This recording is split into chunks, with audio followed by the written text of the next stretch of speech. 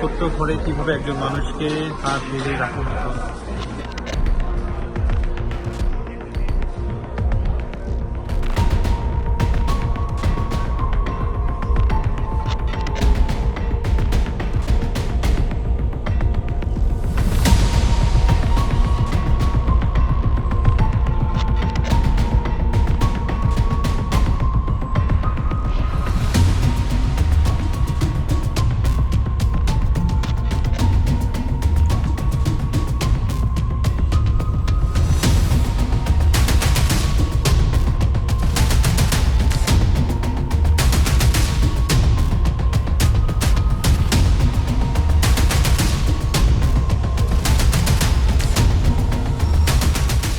এই জিনিসগুলো যে দেখাচ্ছি এগুলো হচ্ছে গণভবনে যে আসবাবপত্রগুলো ব্যবহার করা হতো, যেগুলো 5 তারিখের আন্দোলনে সাধারণ মানুষ নিয়ে গিয়েছিল, তারপরে পরবর্তী সময়ে যারা ফেরত দিয়ে গিয়েছে এই জিনিসগুলোই আসলে ফেরত দিয়ে গিয়েছে। 45 বছর ধরে কোটি মানুষের আস্থায় পাইপের বস আরএফএল পাইপ। আমি আপনাদেরকে দেখানোর চেষ্টা করছি তার মধ্যে কি কি রয়েছে।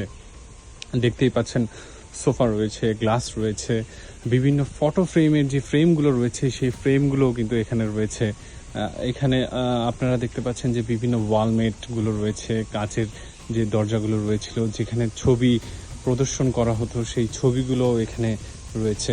আপনাদেরকে দেখানোর চেষ্টা করছি যে থাকে যে যে জিনিসগুলো সংরক্ষণ করা হতো কাচের ফ্রেমের ভিতরে, সেই ফ্রেমগুলো এখানে রয়েছে।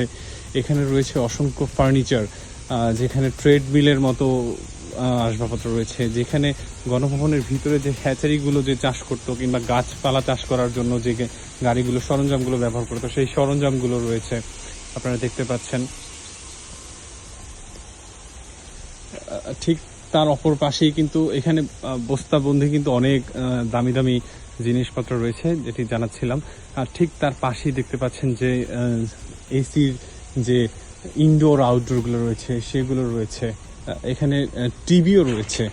5 তারিখের পরে যে আসবাবপত্রগুলো নিয়ে গিয়েছিল সাধারণ মানুষ, সেই আসবাবপত্রগুলো আবার অনেকেই ফেরত দিয়েছেন। ফেরত দেওয়ার মধ্যে যে আসবাবপত্রগুলো গণভবনে আছে সেগুলোই এখানে সংরক্ষণ করে রাখা হয়েছে। এখানে ট্রাঙ্ক রয়েছে, আমি আপনাদেরকে এক নজরে দেখানোর চেষ্টা করছি। এখানে যা দেখতে পাচ্ছেন সেই আসবাবপত্রগুলোই কিন্তু পরবর্তীতে সাধারণ মানুষ ফেরত দিয়ে গিয়েছে।